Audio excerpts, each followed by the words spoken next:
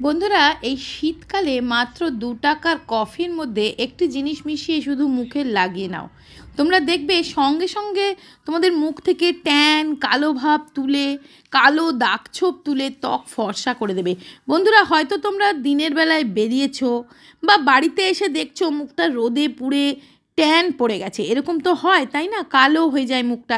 বিশেষ করে এই শীতকালে না স্কিনটা ড্রাই হয়ে যায়, রুক্ষ শুষ্ক, স্কিনে কোনো গ্লো নেই।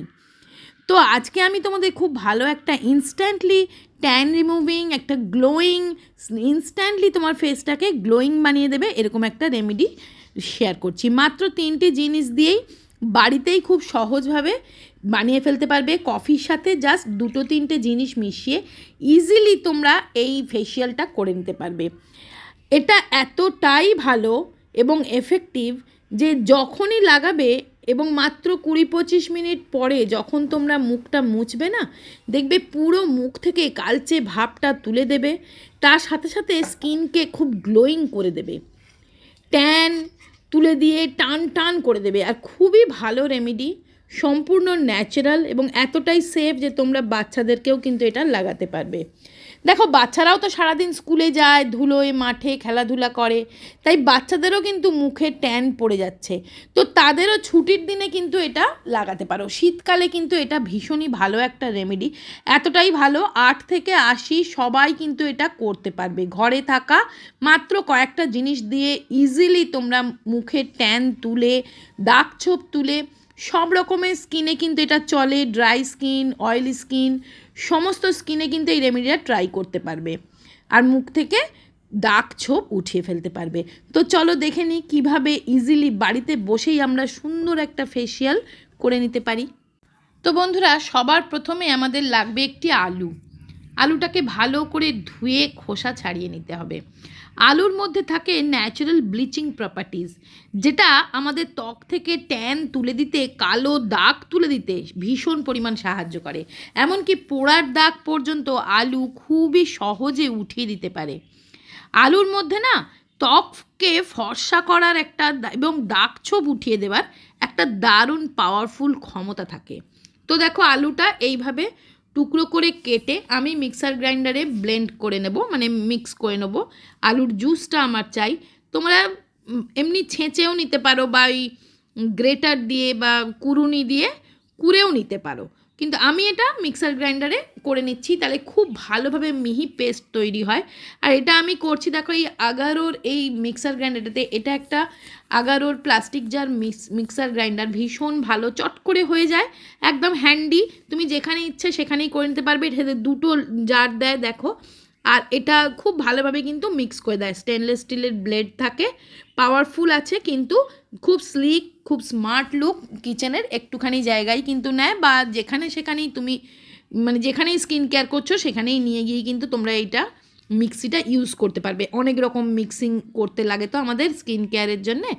তো দেখো আলুটা নিয়ে আমি এইভাবে ছেঁকে নেব। দেখো কি ভালোভাবে বাটা হয়ে গেছে আলুটা, আর এটার লিঙ্ক আমি ডেসক্রিপশানে দিয়ে দেবো, একবার চেক করে নিও। তো এটার আলুর জুসটা আমি দেখো চেপে চেপে বের করে নিচ্ছি।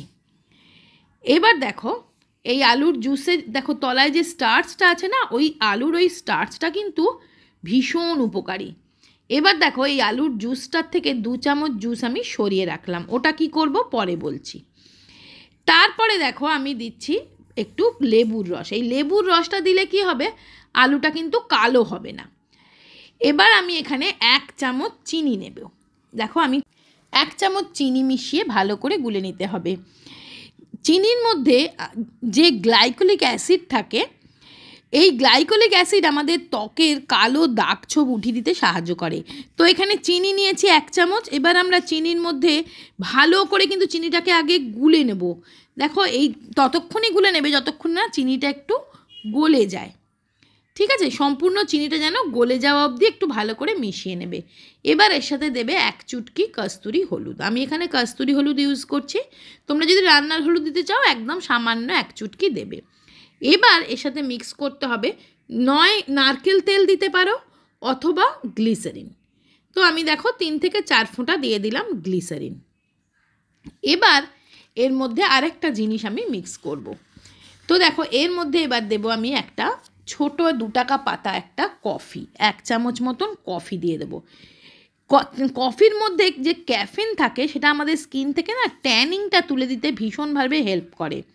স্কিনে কোনো রকম ইনফ্লেমেশন, লালচে হয়ে যাচ্ছে স্কিন, এই সমস্ত সমস্যাগুলো কিন্তু মুক্তি দেয়।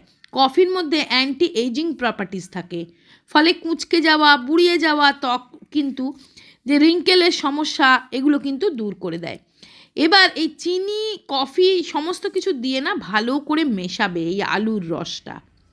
তো এখানে 1 থেকে 2 চামচ আলুর রসটা আমি দেখো যা যা জিনিস দিয়ে দেখালাম মিশিয়ে নিলাম। 1 চামচ চিনি, 1 চামচ কফি, 1 চুটকি হলুদ আর একটু গ্লিসারিন দিয়ে ভালো করে মিশিয়ে নিয়েছি।